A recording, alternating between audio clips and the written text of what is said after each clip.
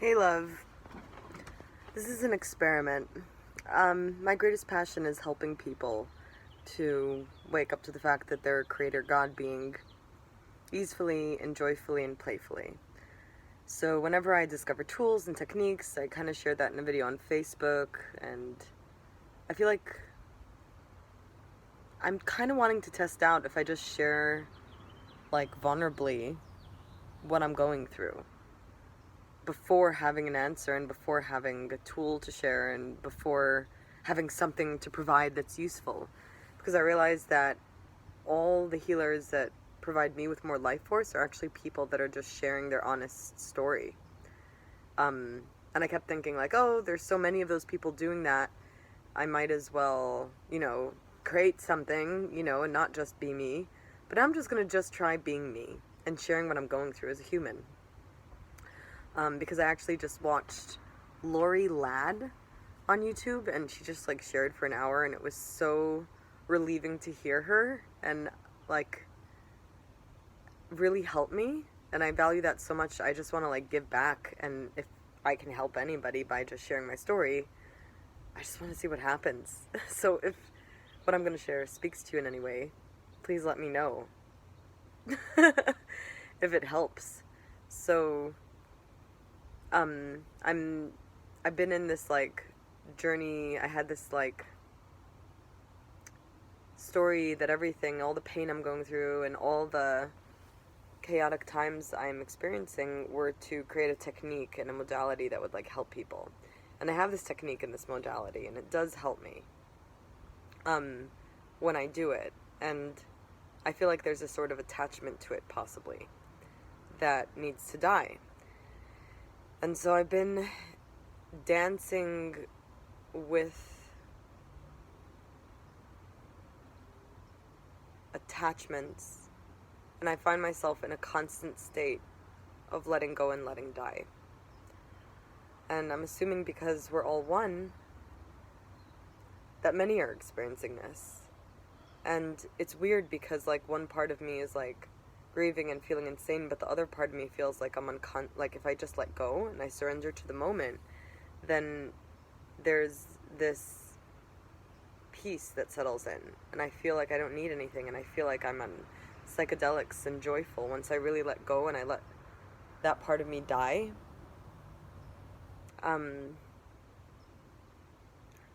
So it's this weird dance that I feel like a lot of us are going through, because I do hear from people that they're experiencing the same. There's this like fast pace, ununderstandable wash load for the soul that we're going through, and it keeps flipping and flopping and twisting and turning, and I feel like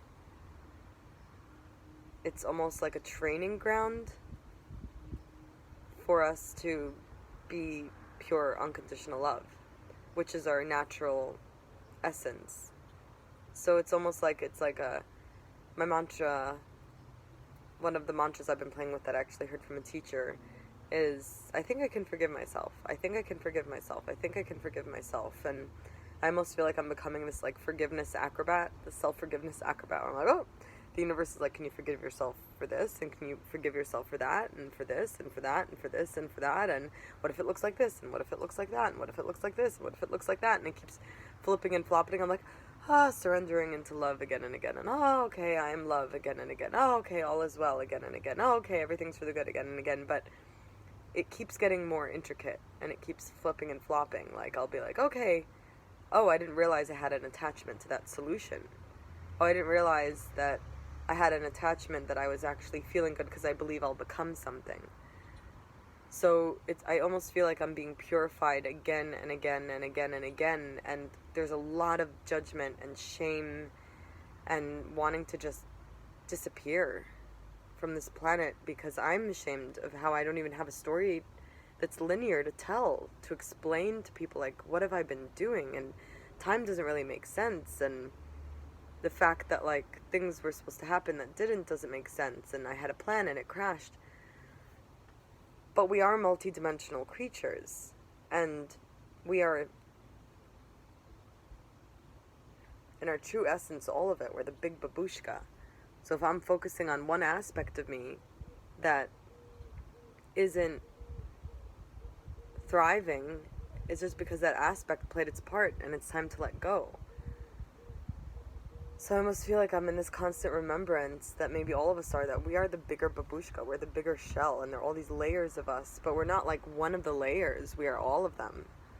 And to accept this natural essence that we are, this multidimensionality, we're multidimensional beings, we're beyond time and space, we have technologies that we haven't even tapped into yet, where we can like heal literally anything very easily, and to accept that we are these powerful creator beings that are multidimensional, that can basically fly, really, not with wings, but with inner wings. It's scary, and to accept that is like almost allowing all those inner babushkas, those little aspects of us, die. And so there's this grieving that I'm experiencing again and again, and it's so personal that like there's almost not words to share it with people.